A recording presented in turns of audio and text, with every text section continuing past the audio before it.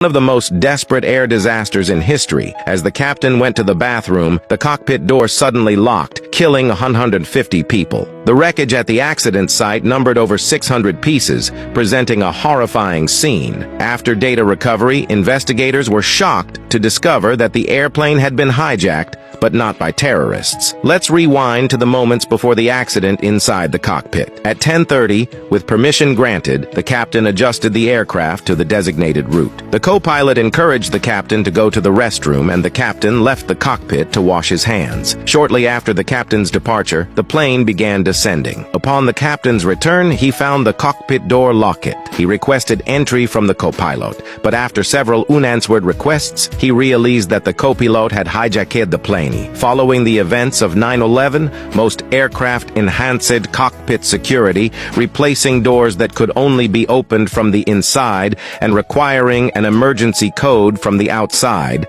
allowing the door to open for 5 seconds. However, in this case, pressing any key on the keypad triggered an alarm inside the cockpit, giving the crew the ability to switch the door to a locked state, overriding all external opening permissions. The co-pilot exploited this mechanism to lock the captain outside the cockpit. From 10:35 to 10:39, in a desperate attempt to regain control, the captain continuously pounded on the reinforced cockpit door, which proved virtually impenetrable even to potential terrorists. The captain's actions drew the attention of the passengers who, in utter despair, experienced the plane's continuous descent. In the end, 144 passengers, 4 crew members, the captain, and the co-pilot all met their tragic fate as the aircraft crashed into the Alps with a deafening impact. People struggled to comprehend why the co-pilot would take such actions. Post-incident investigations revealed that the 27-year-old co-pilot, who learned to fly gliders from a young age, joined a flight school after graduating. Despite undergoing months of treatment for severe depression and showing signs of improvement, he concealed his mental health issues when filling out documents for the Federal Aviation Administration in the United States. His lie was exposed during a medical examination, and he should have faced imprisonment. However, the FAA granted him a second chance, accepting him into a low-cost airline under Lufthansa in Arizona. A year later, his depression worsened, and he began heavily consuming antidepressants while continuing to work and fly. During the return flight where the tragic incident occurred, he repeatedly encouraged the captain to use the restroom. While the captain was away at 10:30, the co-pilot executed his plan, locking the cockpit door from the inside and then deliberately steering the plane into the Alps.